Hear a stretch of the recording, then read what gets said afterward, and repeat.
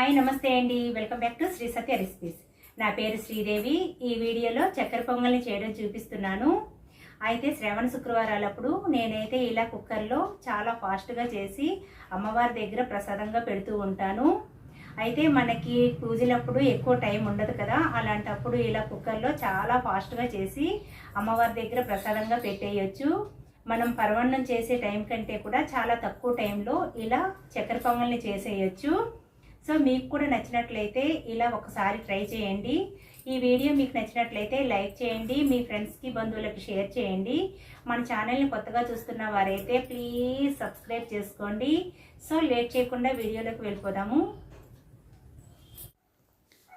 కుక్కర్లో 1/2 కప్పు పెసరపప్పును వేసి మీడియం హీట్లో దోరగా వేయించుకోవాలి. కొద్దిగా కలర్ మారి బ్రౌన్ కలర్ వచ్చే వరకు వేయించుకోవాలి. ఇలా వేగిన తర్వాత స్టవ్ను ఆపి 1 కప్పు బియ్యాన్ని వేసుకోవాలి. కప్పు బియ్యానికి 1/2 కప్పు పెసరపప్పు వేసుకోవాలి. మనకి అప్పుడే చక్కెర పొంగలి టేస్ట్ బాగుంటుందండి. సో రెండింటిని కలిపి శుభ్రంగా కడిగి తీసుకోవాలి. ఇందులోకి 3 కప్పులు నీళ్లు వేసుకోవాలి. బియ్యానికి 2 కప్పులు, అలాగే పప్పుకి 1 కప్పు నీళ్లు, మొత్తం 3 కప్పులు నీళ్లు వేసుకోవాలి. కుక్కర్ మీద మూత పెట్టి విజిల్ పెట్టి 3 విజిల్స్ రానివ్వాలి. అంతలో పక్క స్టవ్పై గిన్నెను పెట్టి కొద్దిగా తగ్గించి 2 కప్పులు బెల్లాన్ని వేసుకోవాలి. మీకు ఇంకా స్వీట్ ఎక్కువగా కావాలి అనుకుంటే 2 కప్పులు బెల్లాన్ని వేసుకోవచ్చు. సో 1/2 కప్పు నీళ్ళను వేసి బెల్లాన్ని కరిగించుకోవాలి. బెల్లంలో ఎటువంటి డస్ట్ కానీ చిన్న చిన్న ఏనులు కానీ లేకపోతే బెల్లం ముక్కలను మిక్సీ పట్టి డైరెక్ట్గా వేసి ఉడికించుకోవచ్చు.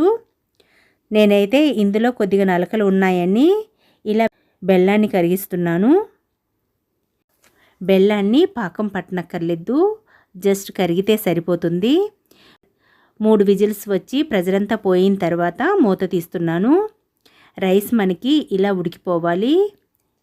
చక్కెర పొంగలికి బాగా మెత్తగా అవ్వకూడదండి, ఇలా ఉంటే సరిపోతుంది.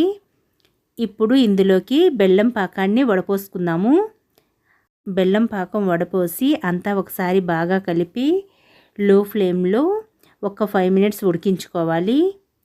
ఇదిగోండి ఇలా మొత్తం బెల్లం పాకం రైస్కి పట్టిన తర్వాత 4 క్రష్ చేసిన యాలకులను వేసుకోవాలి. మొత్తం ఒకసారి కలిపి ఈ చక్కెర పొంగలి ఈ కన్సిస్టెన్సీలో ఉండాలి.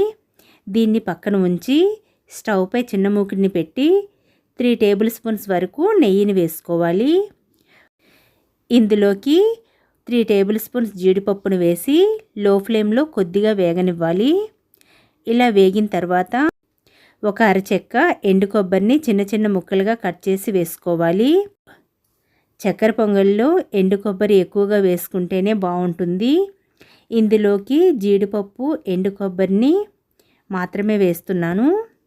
ఇందులో కిస్మిస్లు వేయనండి, మీరు కావాలి అనుకుంటే వేసుకోవచ్చు. అలాగే ఇందులోకి పచ్చి కొబ్బరి కూడా బాగోదు, ఎండు కొబ్బరి మాత్రమే బాగుంటుంది. ఇలా వేగిన తర్వాత చక్కెర పొంగల్లో వేసి కలుపుకోవాలి.